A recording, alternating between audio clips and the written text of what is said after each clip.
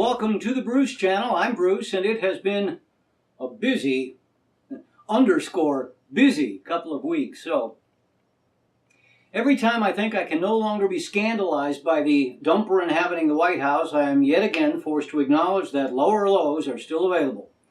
And as I have said, this is not about conservative versus liberal, but we risk a great deal. We become dysfunctional, and they become dysfunctional to the point of it being an existential threat, not just to the administration, to our very existence as a country. Last episode I'd spoken of Junior's emails. Now, I don't know if there was collusion, but it seems as though there's reason enough to continue to investigate. It's the only prudent, rational course to follow, if one is objective.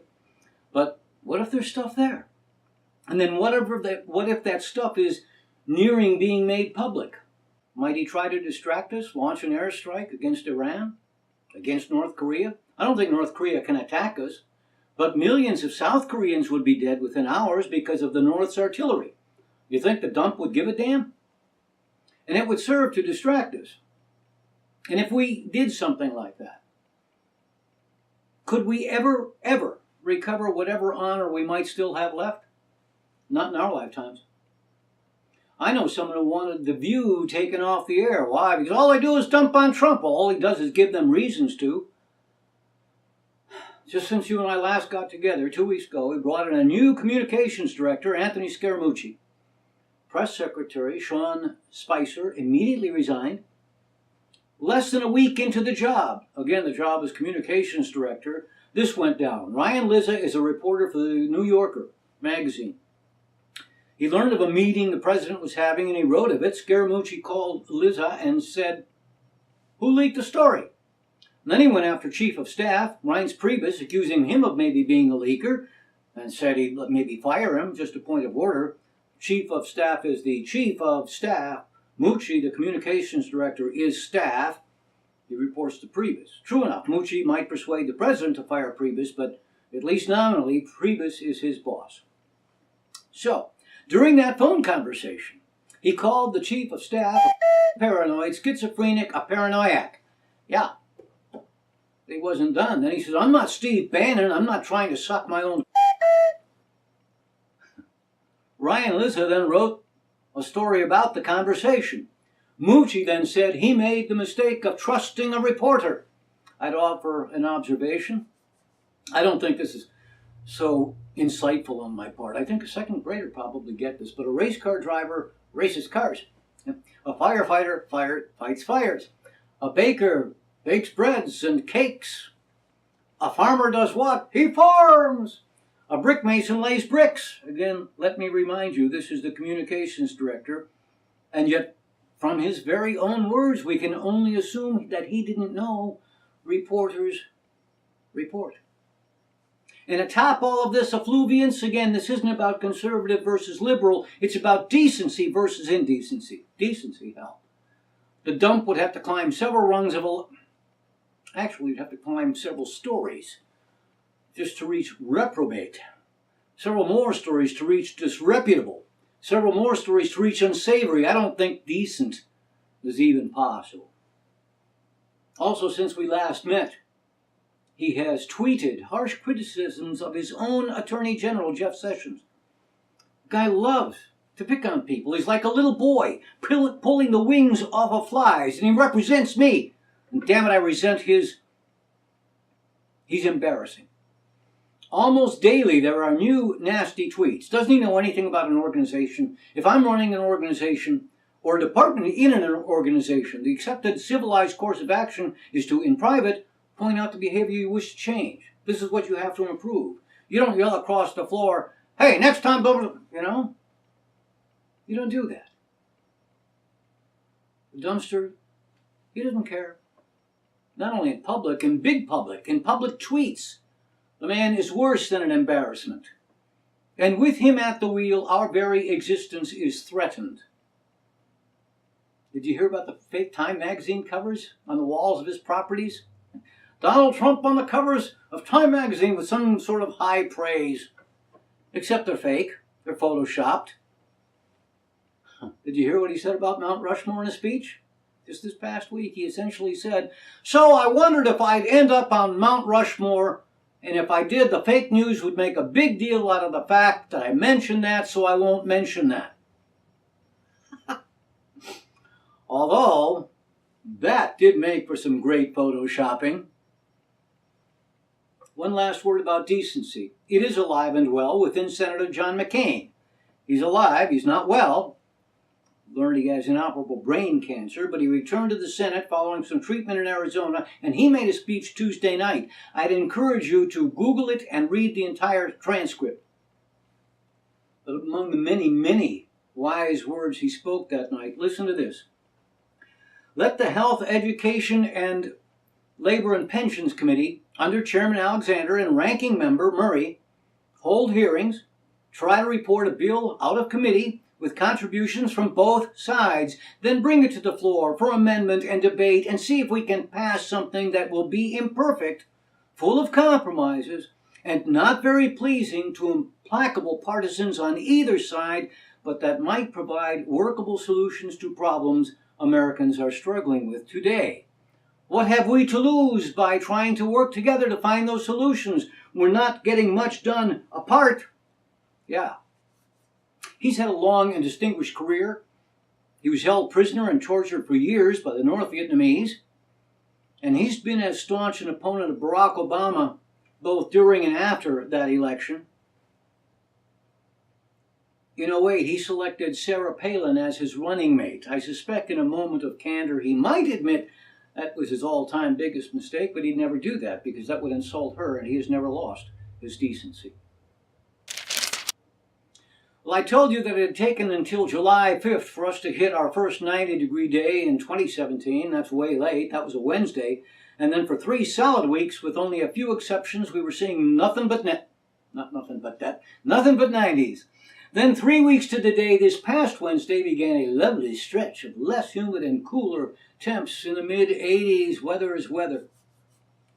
And it can seem capricious and benign sometimes, but it can also be cruel. I'm sure you heard about the flood in Arizona a couple weeks ago.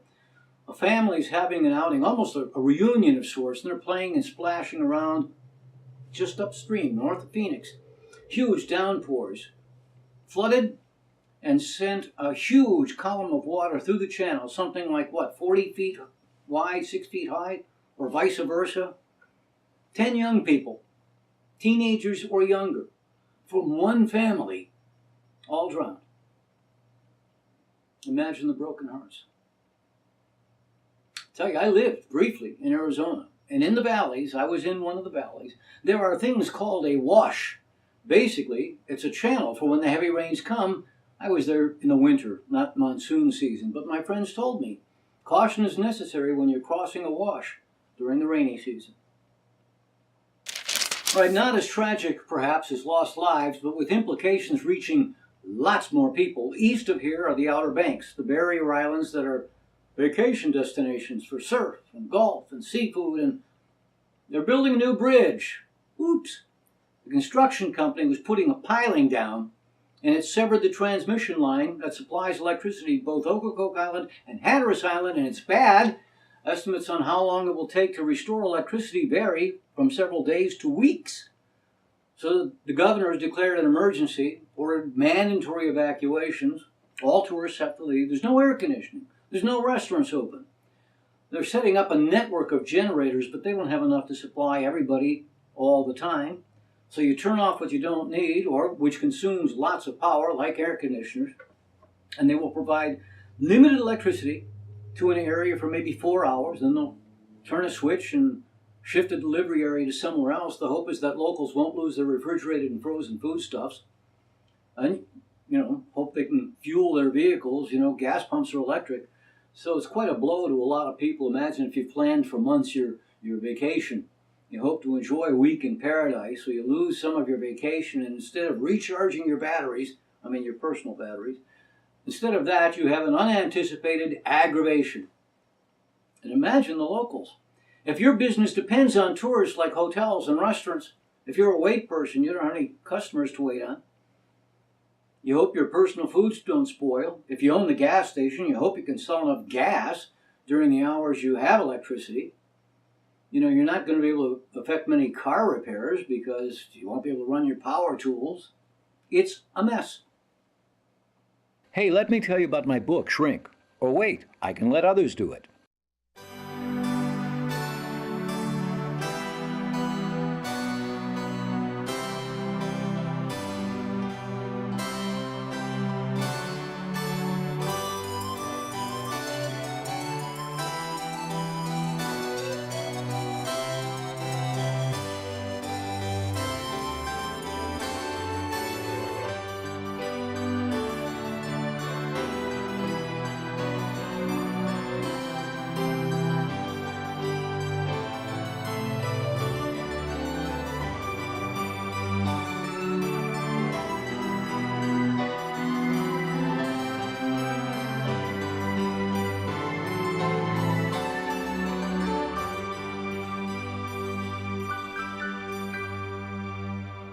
Hi, welcome back. Remember, you can watch all of our previous episodes at either tinyurl.com/The Bruce Channel or our Facebook page. And you can write to us at thebrucechannel@yahoo.com. All right, so a couple of weeks ago, I told you I'd begun a new Ken Follett book, Fall of Giants. Not that it was new, just new to me. It's the first of a trilogy, and the next two are already published, so no, it's not new. As expected, though, I was drawn in, caught up in the sweep, and I thoroughly enjoyed it. Briefly, it is the tale of 5 families. No, not those 5 families. 5 families from the U.S., from England, from Wales, from Germany, and from Russia on the eve of World War I. The novel's main protagonists interact with each other, sometimes in harmony, sometimes in opposition. The historical backdrop is wonderful, and the author, as he has done in other books of which I've read, he weaves into the story some real historical characters like David Lloyd George, Kaiser Wilhelm, the Tsar, Woodrow Wilson. When the real historical figures say something, it's either taken from a recorded document, like from a speech, or the conversation is fictional, but it draws on the known views of those historical figures, so it's plausible. I've begun the next one, which is called Winter of the World. It picks up roughly 10 years after the first one ended. I expect I'll enjoy it too. So again, I'd encourage you to read it, as I equally encourage you to read the other historically sweeping trilogy, which is, the first of which is Pillars of the Earth. A few more thoughts, though, on this one I just finished. I never read The Guns of August. I knew that it was a Pulitzer Prize-winning book by Barbara Tuchman, published in the early 60s, and it describes the lead up to World War I. Inch by inch, it didn't have to happen. Any number of nations, any of the rulers, they've made one single decision, and it took months, one single decision. We do know that, Archduke Franz Ferdinand was assassinated June of 1914. That's supposed to be what precipitated the war, but really, it took 2 months. He was the heir to the throne of Austria-Hungary, but he was assassinated by a citizen of Bosnia. What did Austria-Hungary have to do with that, other than they sought punishment on Bosnia? Well, what did Russia have to do with that, or Germany have to do with that? Had France or England declared themselves neutrals, probably the war wouldn't even have started. So instead, over 10 million were killed. I didn't read The Guns of August, but Follett's book does a really good job setting it all up and keeping it interesting, and it lays bare the folly of national pride and the folly of war. Toward that, let me read you a passage to set it up. A group of Americans are scouting some bridges. The lieutenant sees the sergeant, Chuck, at the other bridge, and then he watches as an artillery shell blows into pieces. He thinks of what he'll have to tell Chuck's parents. Chuck fought bravely. Chuck had not fought at all. He had died in the first minute of his first battle without firing a shot. It would have hardly have mattered if he had been a coward. The result would have been the same. His life had just been wasted. And then he touches on the arrogance of empire building. Regarding Woodrow Wilson's 14 points, one of the English characters says, "I suppose they're against point 5, about colonial peoples having a say in their own governments." And the response, "Exactly. What about Rhodesia and Barbados and India? We can't be expected to ask the natives permissions before we civilize them." I'm not going to read your passage, but when he writes about leaders and leaders who fan the flames of fear and hate, leaders who cite differences in culture and religion and say things like, see, we good, they bad. Remember, this was written years ago, but wow, certainly seemed prescient. Again, it's called Fall of Giants by Ken Follett. So I've got an iPhone. It's not a new model, and it does more than I need it to do, but I was amused recently to read that there's a new phone on the horizon. I guess it's what, number 8? And it seems just a few weeks ago that a friend of mine was telling me how great his new 7 was. Everything was clear and instantaneous, and it was bigger. And all right, if you have an original iPhone 1, maybe it's time, but really, there will be people who just got to have the latest. I'm confounded by this, and that's probably my fate, to be forever confounded. I'm sure I will never get it. Sort of like Black Friday and why in the world you get up at 2 in the morning for some of this or some of that. I don't recall which model iPhone it was a few years ago, but like the announcement for the 8th coming out a few months from now, and again, it's been a few years, but the same thing. Apple had announced that the new iPhone will be coming out, available on. As it happens, on that date, whatever it was, I made my way to the grocery store, and as customary, it was early. I like to avoid the crowd, so I get to the store by 7, often earlier. So in the plaza where the grocery store is, there's a queue of, 40, 50 people. It's 6-something in the morning. And I couldn't imagine what it was. And a Verizon store. And I realized it must be the day when they could buy the new phone, a 5 or 6, maybe even a 4. I will never understand. All right, a couple of other items from the Cupertino, California company. They announced they were retiring 2 of the iPod models, the iPod Shuffle and the iPod Nano. All right, another Cupertino note, archaeological records showed that the first computer can be traced back to Adam and Eve. Really, it was an Apple, of course. But being so long ago, it had extremely limited memory, just 1 byte. And of course, then everything crashed. And finally, I saw this, and I tried it. And if you have an iPhone or an iPad, one that has Siri, open Siri and tell her, I see a little silhouette of a man. Her response is like nothing else. Now, if you're an Android person, then meet up with one of your friends who's got an iPhone or an iPad and ask them to say to Siri, I see a little silhouette of a man. That's silhouette. I see a little silhouette of a man. Trust me, you'll want to be there with them. I don't know if you watched the British Open last week. It was one of the all-time greatest tournament final rounds I've ever seen. Ranks right up there with Jack Nicklaus's final Masters win, that final round. Incredible drama. Without overstating it, Jordan Spieth, the kid who took 2 years ago, took the golf world by storm. He won both the Masters and then the U.S. Open. He came close to getting into a playoff for the British Open.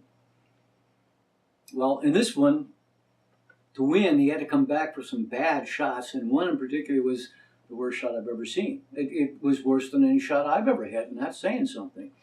It was from the time he hit the first shot on the 13th hole to the time he hit the second was almost a half hour. He was almost in Scotland. He's way, way, way, way right. He played a great shot to save bogey, but then he caught fire.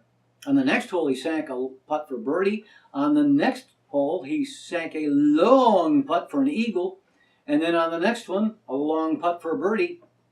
And what makes it special, he's a nice kid, a genuinely nice kid. Yeah, he's got faith in himself, but there's no arrogance there. There's a sincerity. And by winning, he won his 3rd major. Now, there's only 4, and he has now won 3 of them. And he got that 3rd one while he was still 23 years old. Jack Nicklaus did that. He was a younger 23. But Tiger Woods, who was the 2nd youngest, he didn't get his 3rd until he was 24. Oh, and the last leg, the PGA Championship, is next month. He might become, conceivably, the youngest to win all 4. All right, so we all know that Bill Gates is the richest man in the world. His net worth per Bloomberg is $90.7 billion.